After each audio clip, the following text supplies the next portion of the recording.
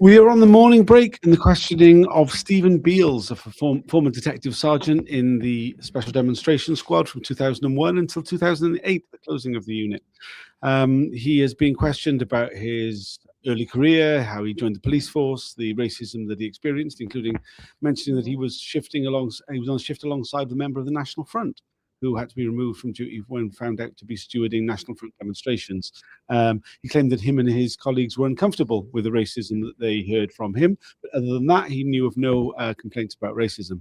His we've seen reports that said he was the lead liaison officer for reporting on the Stephen Lawrence campaign and the Stephen Lawrence inquiry. He claims, oh no, it was simply about associated groups, yet looking at his reports, it includes personal private details of the Lawrence family themselves. Evelyn Lubbers of the Undercover Research Group joins me once again. What did you make of what he had to say? Yeah, at first I thought he was a talker. He was going to explain things to us. Most of the time, we've been talking about his time in C Squad, where he was on the receiving end of intelligence gathered by the STS. He kept repeating how great the intelligence of the STS officers were because they were vetted and well trained officers.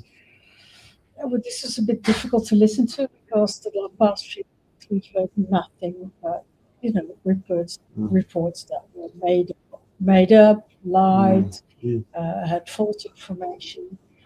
Um, he To one point, he described SDS officers as sensitive, which I thought was very amusing. It's really difficult not to comment too much on Twitter about that. He wrote about another garden meeting, actually, yes. in Tiddy's garden. Tiddy was then on C Squad. No, so when Tiddy was in the SDS, it was when Tiddy was in the SDS. Beels was on C Squad. Yeah, it was Beels, and it was like sort of back on the shoulder meetings. Yes, for HN81, Dave who Hagan.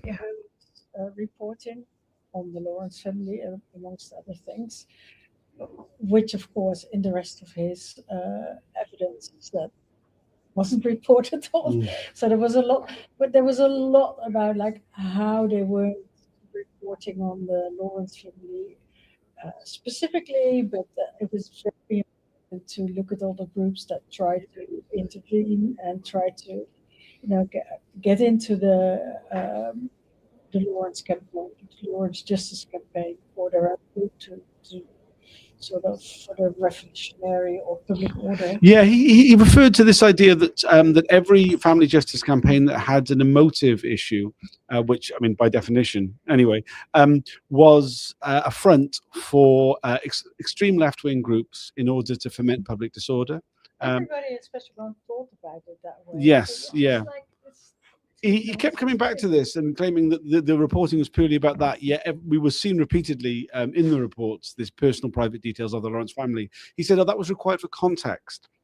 When presented with this question, he went off on a very long explanation of what it's like to become a special branch officer, about the exams, about the way that you are trained, about what you're told you need to report on, and that it was detail that they would have to include everything for context. So therefore, the personal private thing, it was what was needed to know, and they needed to know about the personal details of Doreen and Neville Lawrence's personal relationship because it provided context that gave a wider background to the public order situation.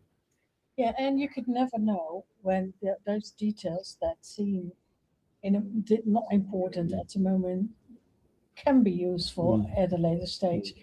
I still don't understand, after all that spaghetti sentences and whatever, how reporting on the state of the marriage of Doreen and Neville Lawrence could get imported any stage in time. Well, it's an excuse, isn't it? Like, I mean, the thing is with this line is that like it's important not to engage with it too much because they're obviously bullshitting. The reality of the matter is that they kept all intelligence because they didn't have any sense of anybody having any sort of personal privacy that didn't exist in the concept to them.